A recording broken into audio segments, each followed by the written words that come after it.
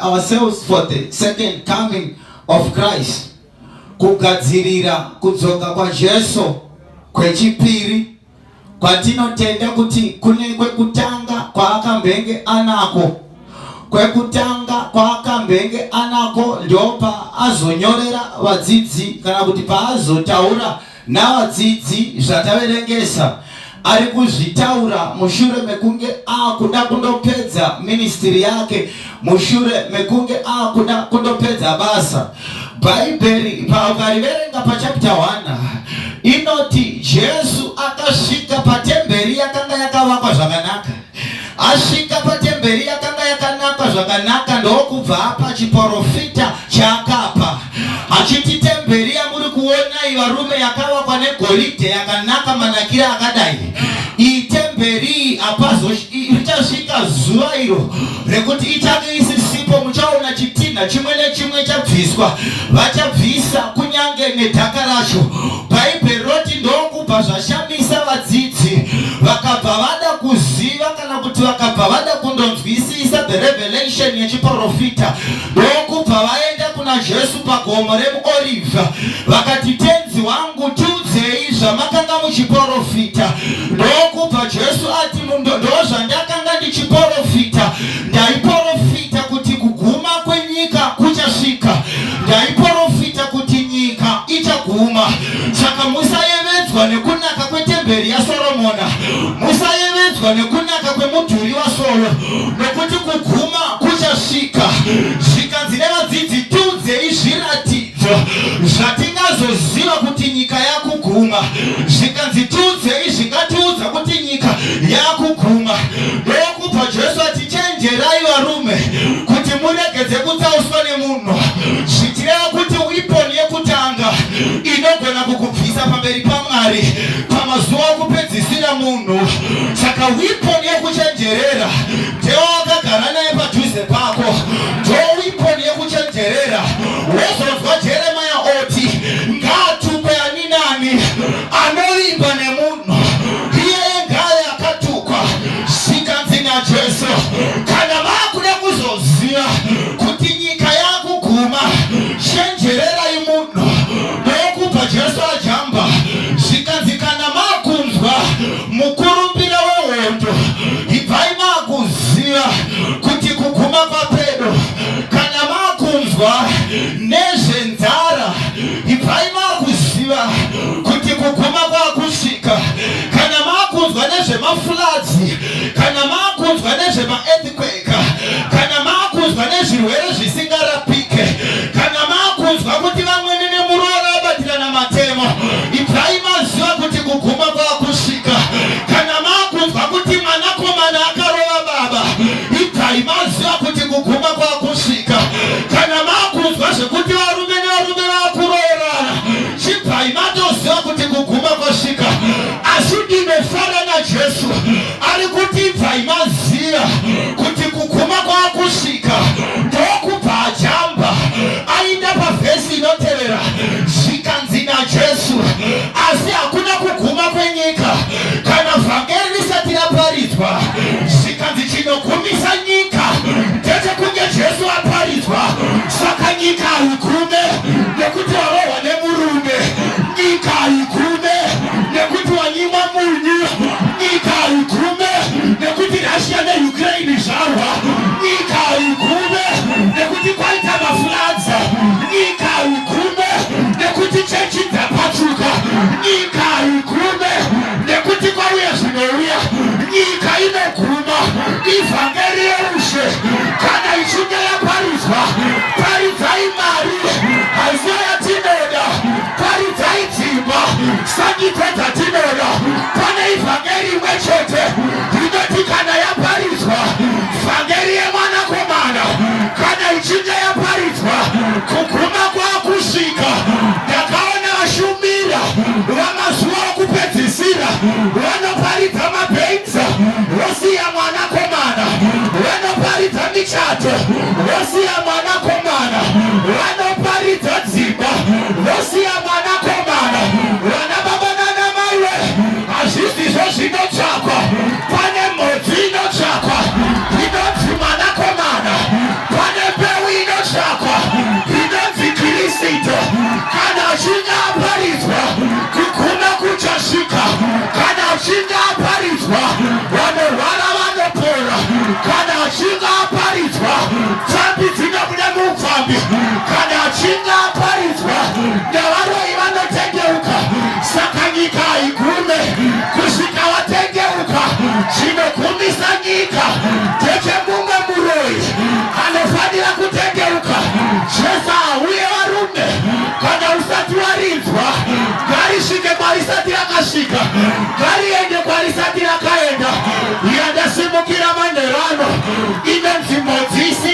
isingaore. Pane dzimwe mhodzi dzinoora asi pane mhodzi isingaore.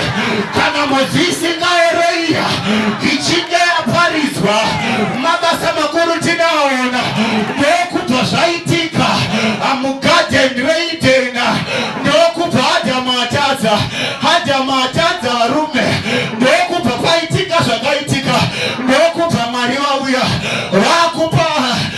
vakupa punishment yavakanga vakupa, ndokubva vapa chiprofita zvikanzi kumukadzi, ndichaisa marwadzo asi ndaisa ruvengo pakati pako mukadzi napakati penyoka, ndaisa ruvengo zvikanzi naMwari. Asi ndinoda kuisa chimwe chinhu, mune mhodzi iri mumukadzi, iyoyo mhodzi iri mumukadzi ichakrasha beheta. Zvikanzi mhodzi iri mumukadzi ndiyo mhodzi yandiri kutyira. Zvikanzi kana mhodzi yauya ichakrasha the head of the serpent. Ndokubva Mwari vaenda kunyoka. Zvikanzi kunyoka ndakubvisa makumbo. Asi Mwari vakupa chiprofita chakandityisa pandakanga ndichiverenga. Zvikanzi naMwari, iwewe nyoka uchadya huruva kaya mahatakata. Zvikanzi nyoka uchananzva huruva.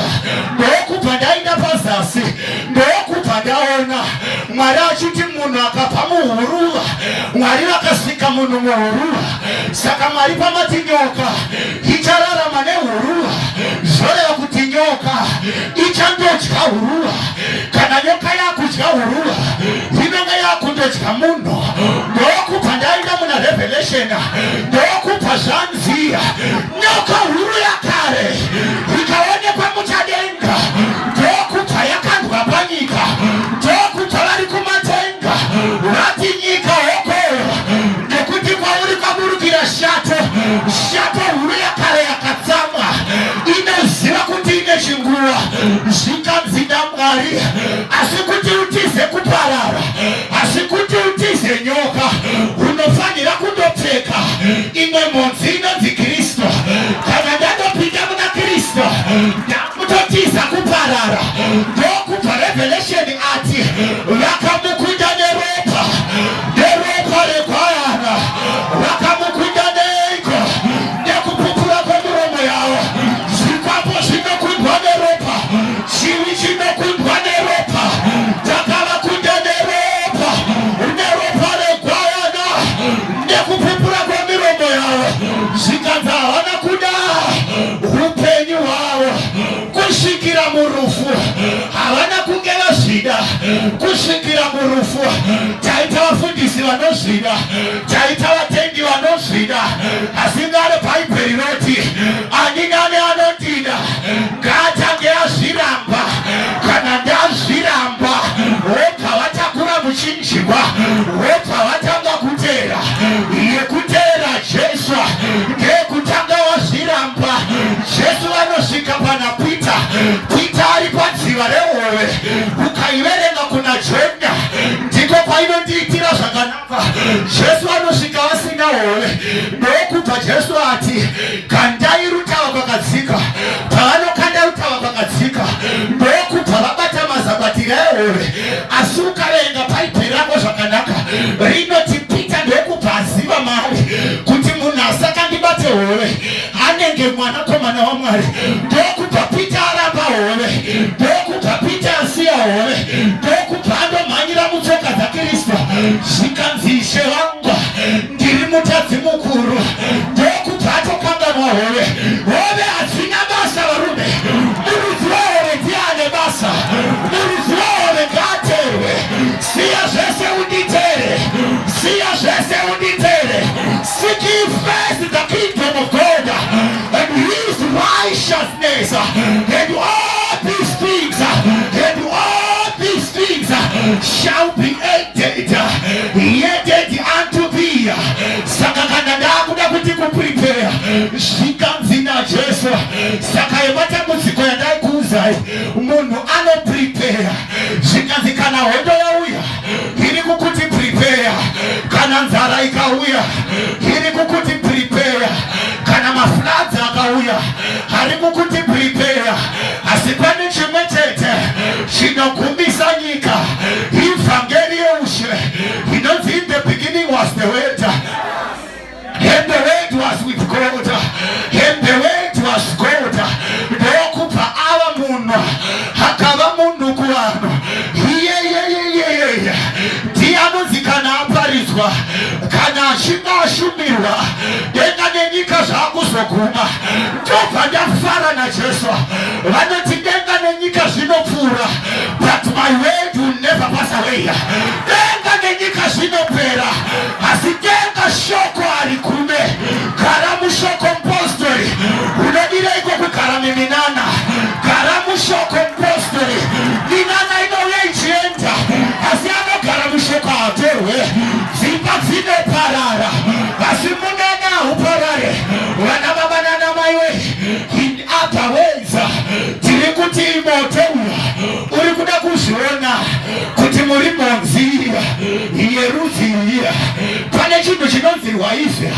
Rwaivhi inondinakidza, inochinja makara. Ukapfeka girini unaiona yakukopera, asi kune zvinhu zviviri zvinenge zvitatu zvekuti kana zviripo rwaivhi haichinje kara. Kana ukabesa moto rwaivhi haigone kuchinja kara, haigone kuichinja kara. Ndokubva Jesu ati, I shall baptize you with the Holy Ghost and fire. I shall baptize you with the Holy Ghost and fire. Kana moto ukauya, tinozviona kuti uri mufundisi wefeka. Kana moto uchinge wapfuta, tinozviona kuti uri mutendi wenhema. Kana zvirwere zvikasimuka, tinozviona kuti paita feki yemutenga. Saka moto uripo kuti burusira makara. Mwari wangu pfutidzai moto, tione makara yofundisa. Mwari wangu pfutidzai moto, tione akava yotendi weya. Mwari wangu pfutidzai moto. Kana moto wauya, nerwaivhi tinoiona, asi pane chekupedzisira chinochinjisa kara, chinonzi rufu. Maiwe zvangu, maiwe, chinonzi rufu varume, chinochinjisa munhu kara. Tichazviona parufu rwako kuti waiva mutendi wenhema. Magirlfriends aunoviga nhasha, zuva rerufu rwako tichamuona achichema achifenda. Vanamusiya matobvunza toti muroora wekupi ari kufenda, muzvukuru here kana kuti ndiani? Zvonzi hativazive, ini ndobva ndata. Hakuna chakavanzika chisingabude pachena, hakuna chakavanda chisingabude pachena, zvichabuda pachena. Vana vavana mai vanzai henyu, unogona kuisa foni yako password, asi musi waunofa tinoitokonya, tinoibaya tikazviona. Isa hako kapini kako, musi waunoti kitikita, tinosara tichiibaya.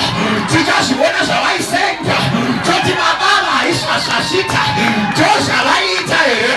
Kana rufu rwauya, tichaiona kara yako, tichaiona kara yako. Wadiko waita monzi isingaore. Wadiko waita mbeu isiri mbeu yekuraswa, tinozviona pachena. Kandandandanda zvikabuda pachena. Muimbi wekuchechi kwedu oti, apo mapopinda zvemumwoyo zvichaoneka. In other ways, kana judgment yakuuya, iri kundomhanyira masikireza, iri kundomhanyira dzemumwoyo. Dzemumwoyo tichadziona. Kana mutara aburuka, kana changamira aburuka, ndauyawo manerano kuti mpostori we-prepare, kuti mpostori wegadzirira. Zvikanzina jena gatendeukai, nekuti ushe hwekudenga hwaswedera. Wadiko watiza kuora, buda mumhodzi inoora, uya kumhodzi isingaore. In other ways, hakuna baba vanoshanya rwendo vasingasire vana zvokudya. Hakuna baba vanoshanya vakasasira vana mafuta. Hakuna baba kana mai vanoshanya vakasasira vana zvakakwana. Ndozvakaitwa naJesu. Anoti ndakuda kuenda, asi handingakusiyai muri nherera, ndichakusiyai mweya munyaraza. In other words, unoda the Holy Spirit kuti preparation ite nyore, unoda mweya mutsvene waBaba. Bhaibheri rangu roti iye mweya mutsvene waBaba anogomera mandira, anoita pruning, anoreverera mweya. Toda kuti mweya mutsvene ndirevererewo ndisati ndaenda, kuti ndinondoripinda denga here. Ndokubva vakuimba vati mumureverere, nekuti ndinozvizwa kuti ndiri nyanya, ndikashayiwa anondireverera ndichasvika tora kavhara. But I am happy. Jesus says, I am the way, I am the truth, I am the gate. Makwai yangu anonzwa inzwi rangu, unoripinda denga nekuda kwaJesu Kristu, unoripinda denga nekuda kwaakaenda pagorogota. Upenyu hwake akarasirira makwai yake. Zvikanzi Jesu panzvimbo yangu, inini panzvimbo yake.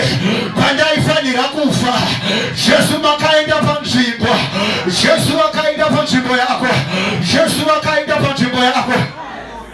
Asi kana Mwari vakuita zvavanoita, ndine mumwe mukomana wandakambotera wema-DNA test. Kana vanoforowa chirongwa chema-DNA test, kune mumwe mukomana anonzi Tinashe Mugabe, anenge akapata chipepa chake wobvokubvunza imubvunzo kuti makasangana kupi, ndizvo here nhai mhai, muri kuzvitenda here kuti baba ava ndivo baba vemwana? Unonzwa mai vachiti ehe ndozvitenda. Ipapo shasha inenge ichitaurisaka, wombobvunzawo murume kuti ndizvo here muri kuzvitenda? Unonzwa murume achiti ehe ndozvitenda. Wozona mukomana oti chiunganidzai hama yanguva yekuvhura mapepa, chiunganidzai hama yanguva yekuvhura mapepa. Unoona mukomana abata mapepa, woti the probability of paternity is 0.0%. Anobva auya kuchishona, zvanzi kuchishona manje tiri kuti baba hamuna chemwana chiri kuwanikwa mumwana uyu, baba hamuna chenyu chiri kuwanikwa mumwana uyu. Jesu achauya akabata pabhuku of life, anouya akabata bhuku yeupenyu, anouya akabata bhuku zvenzenga pama-DNA test. Torai vafundisi ngavauye, torai vekupraise worship ngavauye, torai vaitambira ngavauye, torai vaiprofita ngavauye, torai vaimba ngavauye.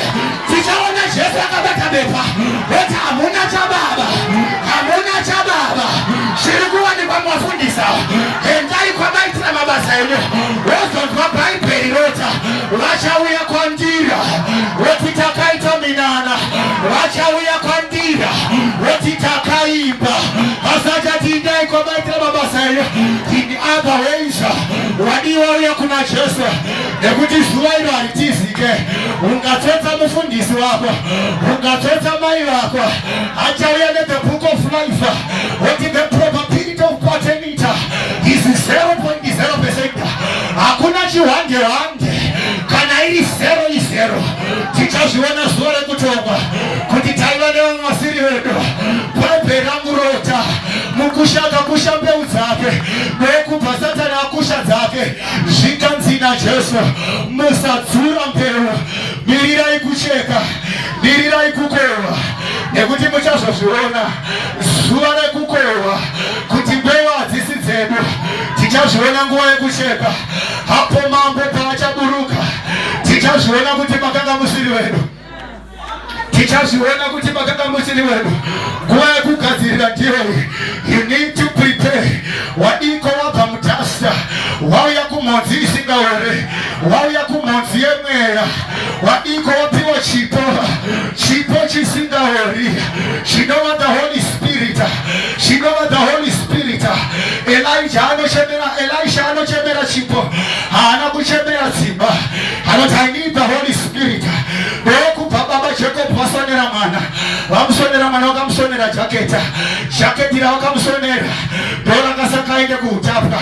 Asi pachinondinakidza ndechekuti panofanira kuenda mumwe, panofanira kusara mumwe. Bhuku rangu ndokubva pasara bhachi asi rakasara rakanyikwa muropa. Baba havana kurirasa, vakachengeta bhachi. Kuchengeta kwavakaita bhachi, makachengeta upenyu hwemwana.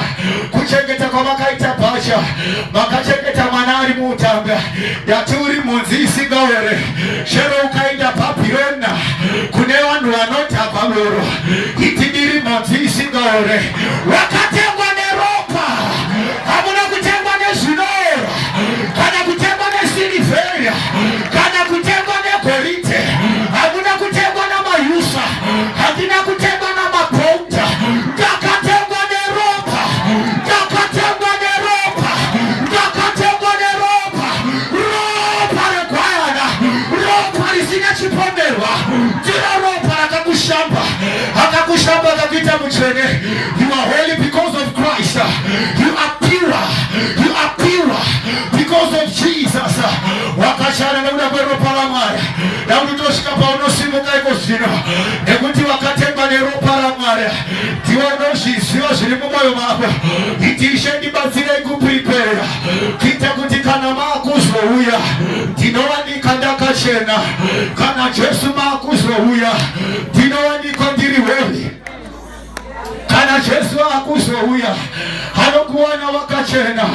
Moyo wako ngaukuprepare, udza moyo wako kuti gadzirira. Kana akuuya haanene matitles, haanene zvigaro zvedu zvapanyika, ari kutsvaka chinonzi moyo. Hapo mambo opinda kuzotitonga, tichazviona tichazviona. Asi vadiko wabuda mukuora, wauya kuupenyu usingapere. Vadiko wabva kune zvinosakara, wauya kune zvisingasakare, zvinogara zvakadaro. Dauti utotanga kunamata, uchizviudza kuti mweya wangu gadzirira.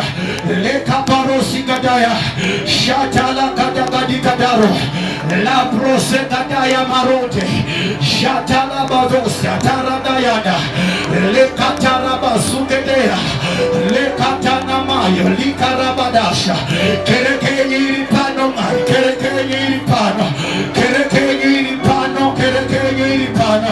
Werakayandala basuka, baba wangu tatouya, baba wangu tatouya. Seza makareva mushokorenya, mukati gadzirirai, gadzirirai.